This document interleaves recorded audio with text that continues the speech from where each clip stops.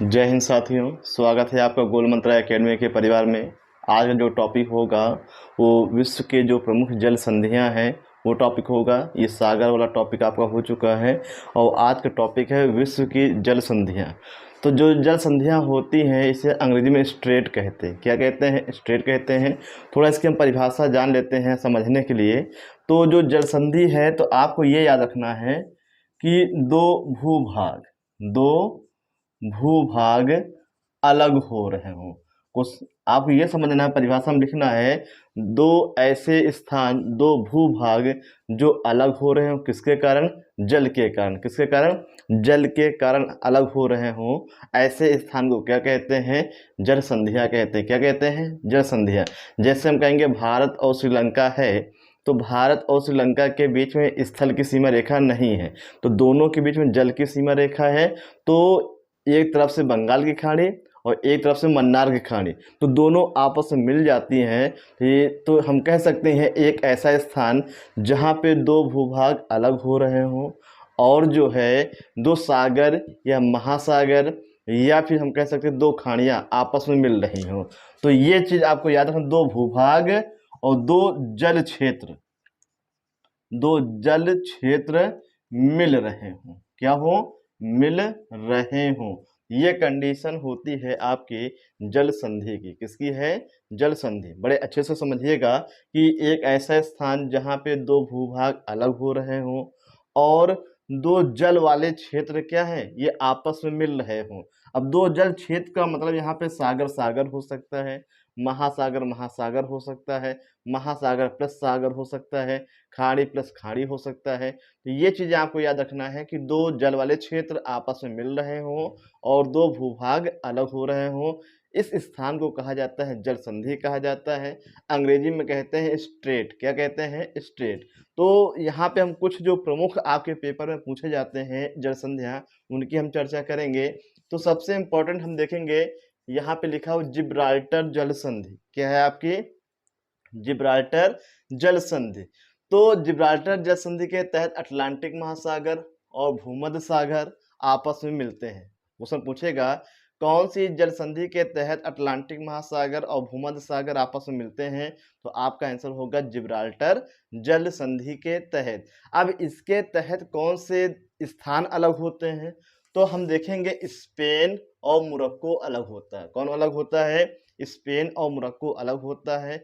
Spain आपका Europe में आता है और मोरक्को कहाँ आता है? ये अफ्रीका में आता है। मोरक्को कहाँ आता है? ये अफ्रीका में आता है। ये दो देश हैं, ये भूभाग हैं, ये आपके अलग हो रहे हैं। तो ये आपको याद रखना है। तो सागर क्या मिल रहे हैं? अटलांटिक महासागर और भूमध्य सागर। और भूभाग जो अलग हो रहे हैं क्या है? स्पेन और मोरक्को। स्पेन आता है यूरोप में, मोरक्को आता है आपका अफ्रीका में। तो मोरक्को का ही यात्री इब्न बतूता है, जो दिल्ली सल्तनत के पागल बादशाह मोहम्मद बिन तुगलक, उसी के शासनकाल में मोरक्को का यात्री इब्न बतूता भारत आया था। ये भी आप इतिहास में पढ़ेंगे कि इब्न बतूता जो है कहाँ का निवासी था? मोरक्को का निवासी था। किसके शासनकाल में भारत आया? तो मोहम्मद बिन तुगलक के शासनकाल में भारत आया। और इसने एक पुस्तक लिखी थी रहला। क्या लिखी थी? रहला। किसने? इब्न बतूता ने। आगे हम देखेंगे बेरिंग जल संधि। कौन सी है? बेरिंग जल संधि। और बेरिंग जल संधि के तहत कौन से सागर मिलते हैं, तो आपको याद रखना है बेरिंग सागर और चुक्सी सागर। बेरिंग सागर और चुक्सी सागर। कई किताबों में ये चुकी सागर भी मिलेगा, चुक्सी सागर या चुकी सागर, दो में से एक रहेगा आपके यहाँ। तो बेरिंग सागर और चुक्सी सागर ये आपस में मिलते हैं। अब बेरिंग सागर ये किस महासागर का भाग है, तो आपको याद रखना है बेरिंग सागर जो है ये प्रशांत महासागर का हिस्सा है। किसका है? प्रशांत महासागर का हिस्सा है, ये आपको याद रखना है।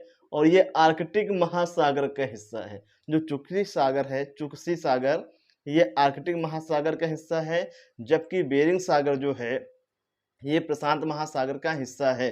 तो आप ये भी पेपर में ये भी आ सकता है, बेरिंग सागर और चुक्सी सागर न लिखकर वहाँ पे पेपर में प्रशांत महासागर और आर्कटिक महासागर भी लिखा हुआ आ सकता है। ये भी आपको कॉपी पे लिख लेना।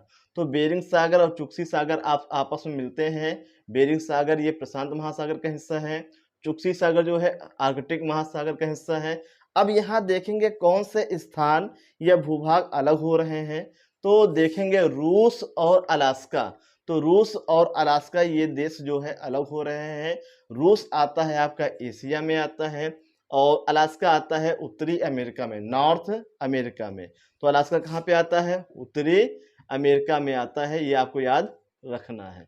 तो पूछेगा आपसे बेरिंग जल संधि के तहत कौन से देश अलग होते हैं? रूस और अलास्का। अगर महाद्वीप पूछे, एशिया और उत्तरी अमेरिका। आगे हम देखेंगे डोवर जल संधि। क्या है आपकी डोवर जल संधि? तो डोवर जल संधि के तहत उत्तरी सागर और इंग्लिश चैनल जो है आपस में मिलते हैं और इंग्लिश चैनल का जो पानी है ये किससे जुड़ा हुआ है? ये अटलांटिक महासागर से जुड़ा हुआ है। किससे जुड़ा हुआ है? अटलांटिक महासागर से जुड़ा हुआ है। तो हमको याद रखना है कि डोवर जल संधि के तहत उत्तरी सागर और इंग्लिश चैनल आपस में क्या है? ये मिलते हैं। जबकि अलग क्या होते हैं? ब्रिटेन और फ्रांस। क्या अलग होते हैं? ब्रिटेन और फ्रांस। तो ये चीजें आपको याद रखना है। तो तीन आपकी जल संधियां हो गई, जिब्राल्टर हो गई है, बेरिंग हो गई है और डोवर हो गई। आगे हम देखेंगे टॉरस जल संधि। तो टॉरस जो जल संधि है ये आराफुरा की खाड़ी और पापू की खाड़ी, आराफुरा की खाड़ी और पापू की खाड़ी आपस में मिलते हैं। जबकि देश जो अलग होते हैं ऑस्ट्रेलिया और पापुआ न्यू, ऑस्ट्रेलिया और पापुआ न्यू जो है ये देश अलग होते हैं। तो आराफुरा की खाड़ी और पाप की खाड़ी आपस में क्या है? मिलते हैं। देश कौन से अलग होते हैं? ऑस्ट्रेलिया और पापुआ न्यू। आगे हम देखेंगे मलक्का जल संधि। तो मलक्का जल संधि जो है इससे बंगाल की खाड़ी और दक्षिणी चीन सागर आपस में मिल जाते हैं। तो दक्षिणी चीन सागर की जगह पे जावा सागर भी हो सकता है। क्या हो सकता है? जावा सागर। और बंगाल की खाड़ी को पता ही है अंडमान सागर भी कहते हैं। बंगाल की खाड़ी को अंडमान सागर भी कहते हैं। तो पेपर में आपके बंगाल की खाड़ी दक्षिणी चीन सागर की जगह पे यहाँ पे हो सकता है अंडमान सागर और यहाँ पे हो सकता है जावा सागर। तो ये चीजें आपको याद रखना है कि मलक्का जल संधि ये बंगाल की खाड़ी और दक्षिणी चीन सागर आपस में मिलते हैं। जबकि देश क्या अलग होते हैं? मलेशिया और इंडोनेशिया, मलेशिया और इंडोनेशिया। तो मलेशिया से बहुत आसान है, माँ से मलक्का हो जाएगा, माँ से मलेशिया हो जाएगा, माँ से मलक्का, माँ से मलेशिया हो जाएगा। एक देश आपको याद रखना है इंडोनेशिया। क्या याद रखना है? इंडोनेशिया। ये तो हम देखेंगे बहुत आसान है, बहुत पूछा जाता है। पाक जल संधि, इसे पाक जल डमरू मध्य भी कहते हैं। क्या कहते हैं? पाक जल डमरू मध्य भी कहते हैं। इसके तहत मन्नार की खाड़ी और बंगाल की खाड़ी आपस में मिलती हैं। मन्नार की खाड़ी और बंगाल की खाड़ी आपस में मिलती हैं। और मन्नार की खाड़ी का जो पानी है ये किसका है? हिंद महासागर का है। किसका है? हिंद महासागर का है। तो ये चीज आपको याद रखना है कि मन्नार की खाड़ी की जगह पे हिंद महासागर भी हो सकता है।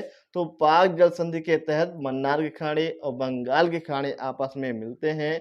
जबकि दो देश या फिर दो भूभाग अलग होने वाले कौन कौन से हैं? भारत और श्रीलंका। कौन है? भारत और श्रीलंका। नेक्स्ट हम देखेंगे डेविस जल संधि। क्या है आपका? डेविस जल संधि। डेविस जल संधि के तहत जो है बफिन की खाड़ी और अटलांटिक महासागर आपस में मिलते हैं। डेविस जल संधि के तहत बफिन की खाड़ी और अटलांटिक महासागर आपस में मिलते हैं। और देश कौन से अलग होते हैं? कनाडा और ग्रीनलैंड। कौन होते हैं? कनाडा और ग्रीनलैंड। ये आपस में क्या होते हैं? ये अलग होते हैं। आगे हम देखेंगे फ्लोरिडा जल संधि। क्या है आपकी? फ्लोरिडा जल संधि। इसके तहत जो है मेक्सिको की खाड़ी और अटलांटिक महासागर आपस में मिल जाते हैं। जबकि देश क्या है आपके? तो यूएसए और क्यूबा जो है ये अलग होते हैं। यूएसए और क्यूबा जो है ये अलग होते हैं और क्यूबा को चीनी का कटोरा कहते हैं। क्यूबा को चीनी का कटोरा कहा जाता है। तो इस प्रकार से आपका टॉपिक जो है समाप्त होता है। तो ये आपके जल संधि हो गए हैं और इसमें एक और बता सकते हैं डंकन जल संधि। ये बंगाल के खाड़ी में ही है डंकन जल संधि। जो आप पढ़े हैं, क्या आपका अंडमान पढ़े होंगे? अंडमान और प्लस निकोबार। तो अंडमान और निकोबार जो है अगर आपसे पूछे ये कितने डिग्री चैनल के तहत अलग होते हैं, तो आपको याद रखना है 10 डिग्री चैनल के तहत क्या है ये आपको आपके अलग होते हैं।